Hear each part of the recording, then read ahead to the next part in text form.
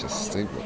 Something that's kind of interesting here, and you don't see this very often. Even though the player higher in the standings has his choice of starting lanes, usually he'll want to finish first. In other words, he'll bowl his 10th frame first, and the way you do that is to start on the right-hand lane. Jess Stayrook with the option decided to start the match, which would give the opportunity for Harry Sullins to finish the match first. Sullins a high game this week of 257. Average 224.5 on the TV pair in 2 games.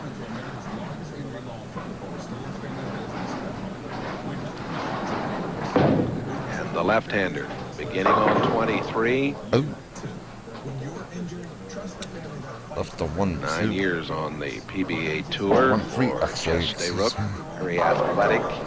He's got very strong arms and shoulders. Likes to play pool and golf when he's not bowling.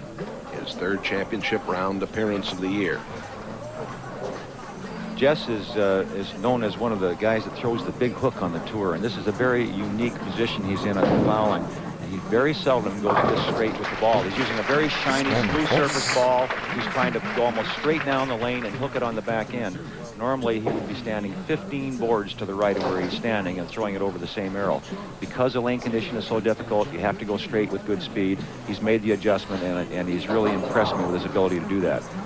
Times have really changed on tour. It used to be fellas go around with 1 or 2 balls. Now you got 15, 20, who knows how many they carry around. That's right. And right back in the pocket where he left off, Harry Sullins. He's been really tough today with good ball speed. He's kept the ball in play all throughout both of his previous matches. He's going to be tough to beat. You know, something, as you mentioned, Jay, this is a state-of-art facility. Brunswick's built here at Lake Zurich, Illinois, and it's a beautiful center, a beautiful facility. But one thing that we haven't mentioned that's very important, I think, is Brunswick being in the forefront of bringing out the wonderful innovations in the scoring units. And what they have here is called Bowler Track. And Bowler Track is something that is a wonderful teaching aid.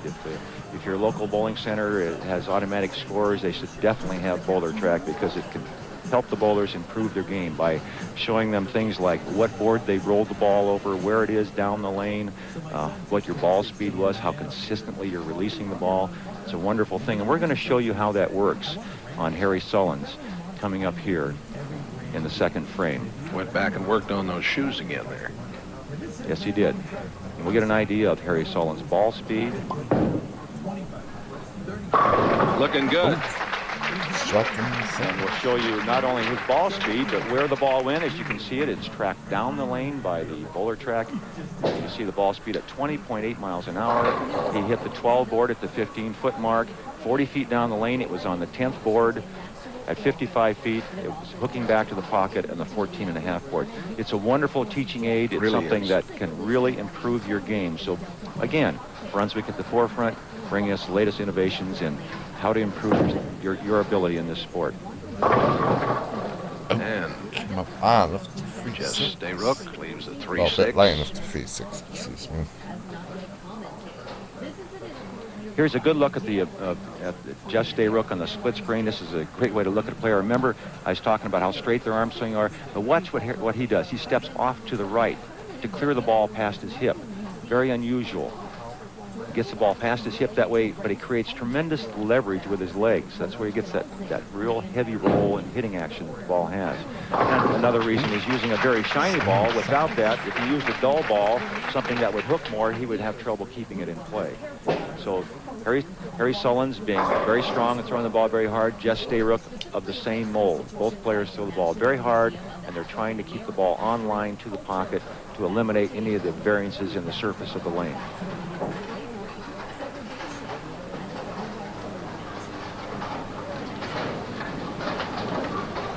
Now here's an opportunity to watch Jess Stayrook on lane 23, and we'll see the Bowler Track on his particular style.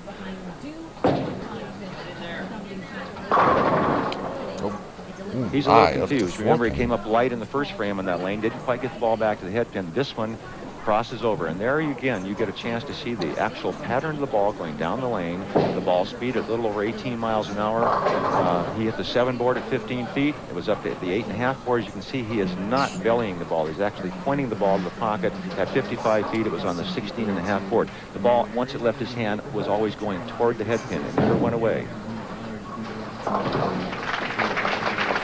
Stand first. Now, if he could come back and sit down and look at that boulder track on the overhead scorer on Boulder Vision up there, Jay, he would say, well, no wonder I didn't get the ball in the pocket. I missed my target. So he could see. That's what I mean by it being such a wonderful teaching aid. Yes, it's part of their Brunswick Bowler Vision, which offers really a lot of interesting games you can play, but it's a marvelous teaching tool, the bowler track. I think a lot of folks out there supporting local businesses today. I think the 10 will go for Harry Sullins. And he's still working around that release point, trying to get squared away. There he goes again with that brush on the shoes.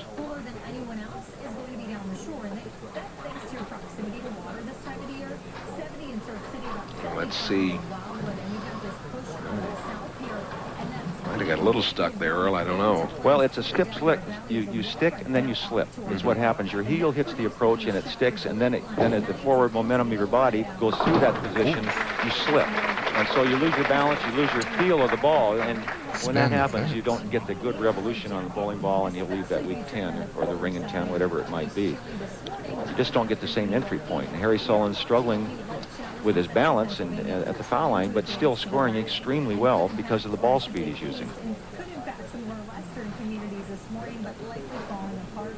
The next big thing we're tracking is a backdoor cold front, so that same boundary that's now toward north is going to slide south, and that's going to be a large variation in Right on target there, a strike in the fourth.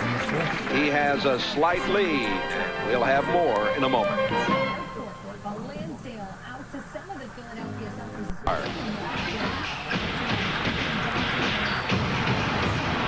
Could be around 60 degrees or so. There's the Brunswick Memorial World Open Wall of Champions. I mean, they've had everybody here. Andy Vera Papa and Budweiser's and Earl Anthony, the honoree last year. And this year, of course, Milt Bruto and Eddie Elias. The Brunswick Memorial World Open, this special stop on the Pba Tour, and Jess Stayrook and Harry Sullins in a ding-dong battle here in match number 3. If you've got a tea time today, we're already at 70 degrees. By about 11 o'clock this morning, we will contend with a gusty breeze around 25 to 30 miles per hour. So that's the only damper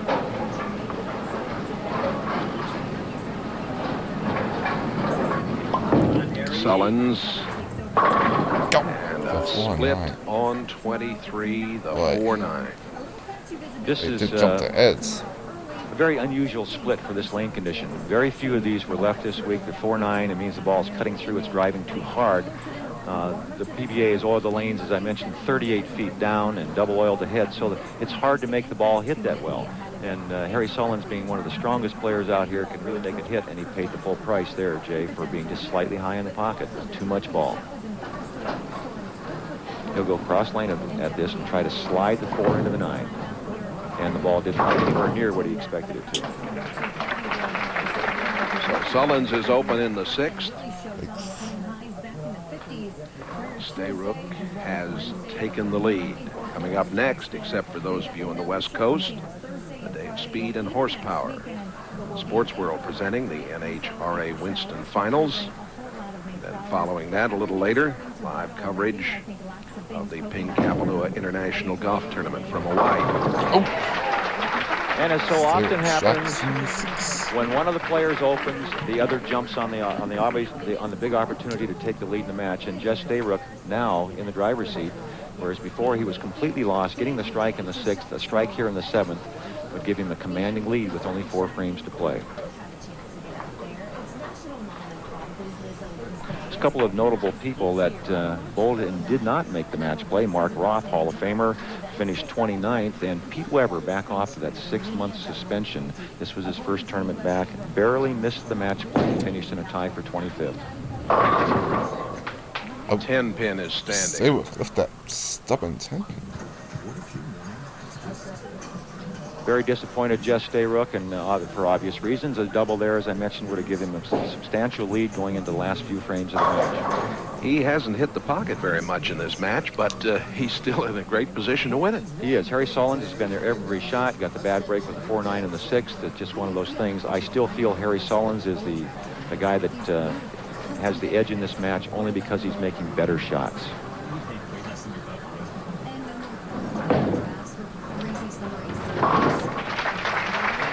Spin 7th.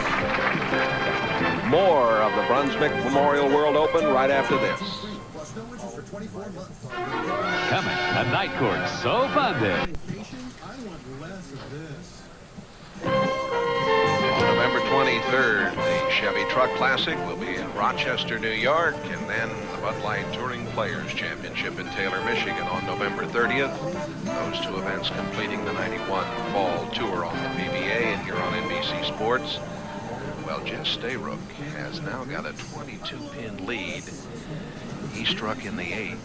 Sullins was open in the 8th. It's really turned around here, Earl. It has. And, still, Harry Sullins has hit the pocket 8 consecutive times. He got the bad break in the 6th frame, leaving the 4-9, and then came right back here and left the 10-pin on the same lane and missed it. And Jess Stayrook, as so often happens, jumped on the mistake with the double. He's got a commanding lead. All he needs to do is stay clean in the 10th frame, and he's a winner. And there's the reaction on that 2nd strike by Jess Stayrook. And Sullins striking back on 24 in the 9th frame. Jim Bennett of Brunswick has asked me to remind bowling fans everywhere about the Salute to Champions 3 set up for St. Louis, February 22nd, 23rd. Well, Sullins. Contact the National Bowling Hall of Fame and Museum in St. Louis for further information about that wonderful weekend.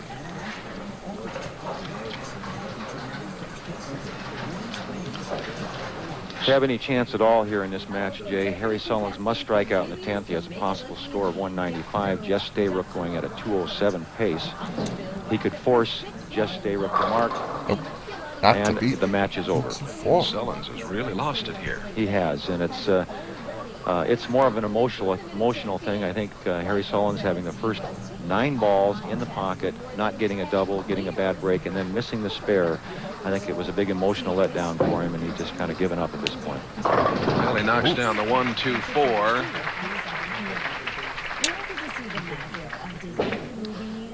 When he didn't pick up that strike a moment ago, look at Stayrook's reaction. Boy, he's got to feel lucky. He does. He really bowled the type of game where he was lucky to stay out of trouble. He made a lot of bad shots, not necessarily bad shots, but more feeling out the lane. He couldn't get the ball reaction he wanted. He's moved farther in on the lane. All week long he's been playing between the 1st and 2nd arrow, basically around the 2nd arrow. Now he's playing between the 2nd arrow, more ball speed and going more directly to the pocket.